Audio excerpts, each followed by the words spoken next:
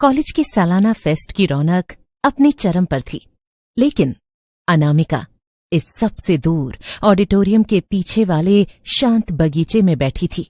उसे भीड़ से हमेशा एक अनजाना डर लगता था। तभी एक मखमली और भारी आवाज उसके कानों में पड़ी। अकेले बैठना तुम्हें पसंद है या कोई मजबूरी है? अनामिका चौंक गई।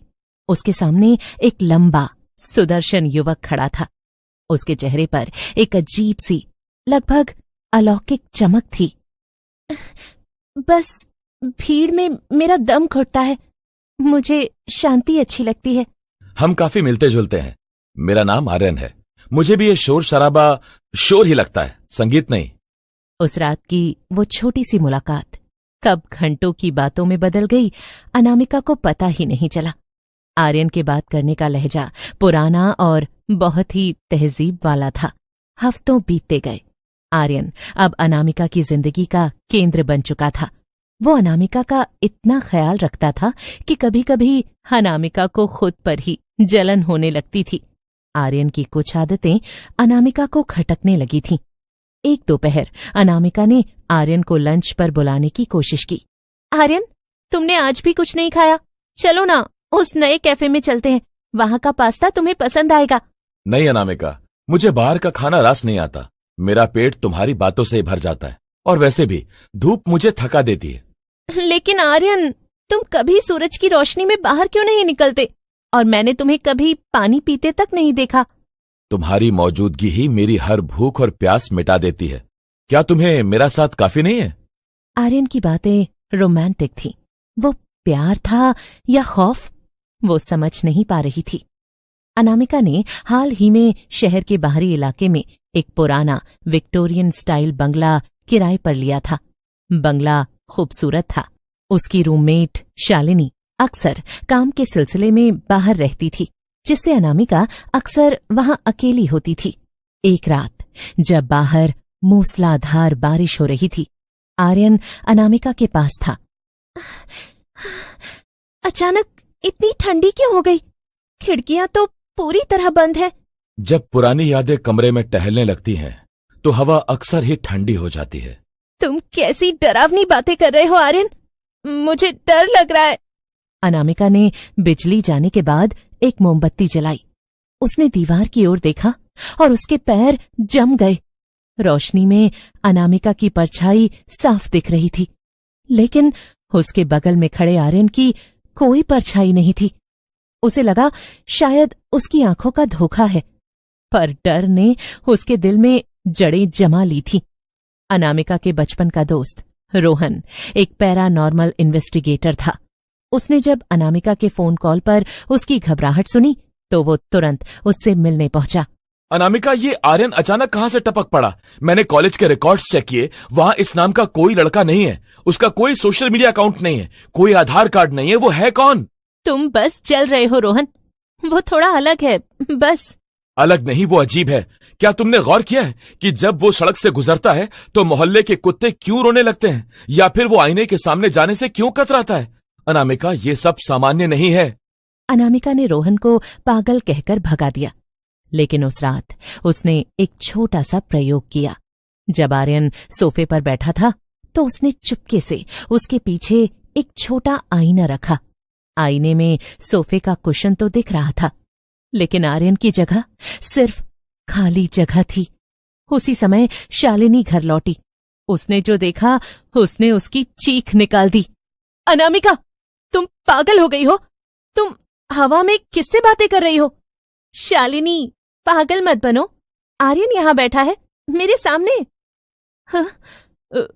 वहां कोई नहीं है अनामिका। तुम खाली सोफे को देखकर मुस्कुरा रही हो। खुदा के वास्ते मेरी बात मानो, घर में कोई नहीं है। तुम सब मिलकर मुझे और आर्यन को अलग करना चाहते हो। तभी कमरे के सारे बल्ब एक धमाके के साथ फूट गए। अंधेरे में एक ऐसी आवाज गूंजी जो इंसान की नहीं थी। वो आवाज फर्श फाड़ कर आ रही थी। वो सिर्फ मेरी है, जो हमारे बीच आएगा वो मौत को गले लगा। रोहन हार मानने वालों में से नहीं था। वो शहर के पुराने रिकॉर्ड रूम में गया। घंटों की मशक्कत के बाद उसे एक पुरानी धूल भरी फाइल मिली। साल 1950। प्रेमी ने किया सुसाइड। उस बंगले में 75 साल पहले एक युवक ने अपनी जान दे दी थी, क्योंकि उसकी मंगेतर ने किसी और से शादी कर ली थी। उस युवक का नाम आर्यन मल्होत्रा था। वो हर कुछ दशकों में लौटता था, एक ऐसी लड़की की तलाश में जो उसे अपना सर्वस्व मान ले और जिसके जरिए वो फिर से भौतिक दुनिया में लौट सके। रोहन समझ गया कि अनामिका की जान खतरे में है। जब वो बंगले पर पहुंचा तो अंदर का मंजर रूह कपा देने वाला था और अनामिका हवा में लटकी हुई थी, जैसे कोई अदृश्य हाथ उसका गला घोंट रहा हो। अनामिका, बाहर निकलो, वो इंसान नहीं, एक श्रापित साया है। तुम बहुत देर से आए हो रोहन, आज ये मेरी दुल्हन बनेगी, हम हमेशा के लिए एक हो जाएंगे। रोहन ने गंगा जल छिड़का और कुछ प्राचीन मंत्र पढ़ने शुरू किए। अचानक आर्यन का सुंदर चेहरा पिघलने लगा। आर्यन की रूह एक दर्दनाक चीख के साथ धुएं में बदल गई। इस घटना के 1 महीने बाद अनामिका पूरी तरह टूट चुकी थी। उसने शहर छोड़ दिया और अपनी बुआ के पास एक छोटे गांव में चली गई। एक रात नहीं, ये मुमकिन नहीं है। रोहन ने तो सब ठीक कर दिया था। दिल्ली में बैठे रोहन को एक पुरानी तांत्रिक किताब पढ़ते हुए पसीने आ रहे थे। उसे पता चला कि आर्यन जैसी क्लिंगर यानी चिपकने वाली आत्माएं इतनी आसानी से नहीं जाती। उसने तुरंत अनामिका को फोन लगाया। अनामिका, मेरी बात ध्यान से सुनो। क्या तुम्हें अपने आसपास सड़ी हुई मिट्टी की गंध आ रही है? रोहन, वो यही है। हाँ, वो कमरे के कोने में खड़ा है। वो कह रहा है कि मैंने उसे धोखा दिया है। हाँ, वो कह रहा है कि वो मुझे साथ लेकर जाएगा। रोहन जब गांव पहुंचा, घर के अंदर घुसते ही उसे महसूस हुआ कि तापमान 0 से नीचे है। अनामिका फर्श पर बेसुध पड़ी थी। वो डायरी, हाँ, उसने कहा था कि उसमें उसकी कविताएं हैं। हाँ, मेरे बैग में है। आर्यन की रूह ने पीछे मुड़कर देखा। वो अनामिका के बैग तक पहुंचा और पुरानी चमड़े की डायरी निकाल ली। वो डायरी आर्यन का एंकर थी, जिसने उसे इस दुनिया से जोड़ रखा था। रोहन ने अपने लाइटर से डायरी के पन्नों में आग लगा दी। जाओ यहां से, मैं तुम्हें आजाद करती हूं और खुद को तुमसे मुक्त करती हूं। डायरी जलते ही पूरे कमरे में एक अलौकिक नीली रोशनी फैल गई। आर्यन का साया किसी जलते हुए कागज की तरह हवा में बिखरने लगा। उसकी चीखें धीरे धीरे धीमी होती गईं और अंत में सिर्फ सन्नाटा रह गया। डायरी जलने के 3 महीने बाद तक सब कुछ सामान्य रहा। अनामिका अब वापस कॉलेज जाने लगी थी और रोहन भी अपने नए केस में व्यस्त हो गया था। लेकिन अनामिका को अब एक नई समस्या होने लगी थी। उसे नींद में चलने की बीमारी हो गई थी। एक रात शालिनी की नींद अचानक खुली। उसने देखा कि अनामिका बिस्तर पर नहीं है।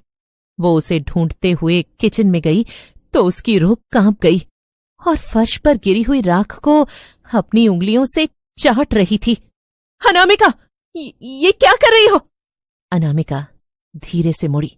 उसकी आंखों की पुतलियां पूरी तरह गायब थीं। सिर्फ सफेद हिस्सा दिख रहा था। उसने एक ऐसी आवाज में बात की जो कि उसकी अपनी नहीं थी। रोहन समझ गया कि आर्यन ने अनामिका के साथ एक आत्मा का अनुबंध किया था। रोहन ने कमरे के बीचों बीच 2 बड़े आईने आमने सामने रखे। अनामिका, तुम्हें इन 2 आईनों के बीच बैठना होगा। जब आर्यन का साया आईने के रिफ्लेक्शन में फंसेगा, तब मैं उसे हमेशा के लिए शून्य में कैद कर दूंगा। अनामिका ने अपनी पूरी मानसिक शक्ति बटोरी। उसने उस प्यार को याद किया जो उसने कभी आर्यन से किया था। एक जोरदार धमाका हुआ। आईने के टुकड़े टुकड़े हो गए। अंत में एक हल्की सी सिसकी सुनाई दी और सब कुछ शांत हो गया।